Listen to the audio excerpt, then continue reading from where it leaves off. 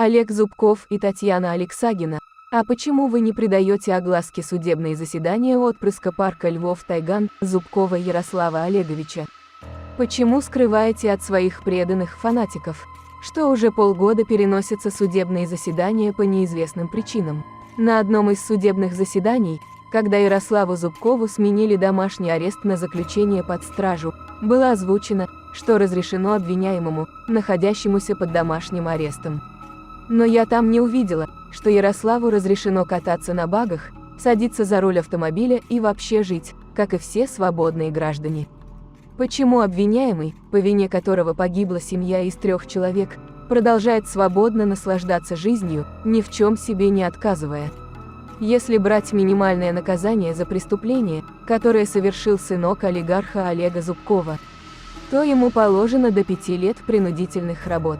Согласно статье 72 УК РФ, нахождение 2 дня под домашним арестом приравнивается к 1 дню лишения свободы или нахождению под стражей. Так сколько еще будет судья тянуть срок, чтобы засчитать его отбытым для сынка олигарха? Почему неравнодушные граждане не поднимают резонанс по этому поводу и не задаются этими вопросами?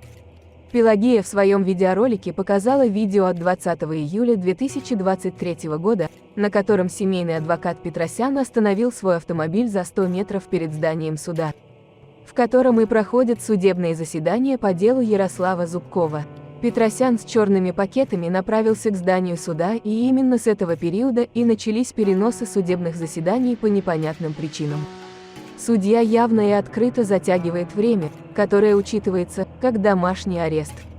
Зубков также просил своих фанатов прислать видео с доказательством, что в вольере, возле которого был откушен палец ребенку, все время находились амурские тигры. Я нашла по его просьбе видео от 7 сентября 2021 года. Но на этом же видео есть и доказательства того, что отжимные барьеры были на расстоянии меньше метра. Зубков прикинулся дураком и утверждает, что только официальные документы являются доказательством реального расстояния. Да, Зубков очень быстро отреагировал и скрыл следы своего преступления, переварив отжимные барьеры на положенное расстояние. А плитку с бордюрами почему не переложил? Ведь на этом видео четко видно, что ограждения стоят на бордюрах, и следователям достаточно теперь измерить расстояние от них до вольера, чтобы установить, на каком расстоянии они были в момент покуса. 20 октября 2023 года, всего лишь месяц назад, Алексагина на своем канале выложила ролик, где Зубков дает интервью для передачи «Наши». Все фанатики увидели, что в кадр попадают отжимные барьеры возле ворот, расстояние от которых до вольера со львами явно меньше 1 метра.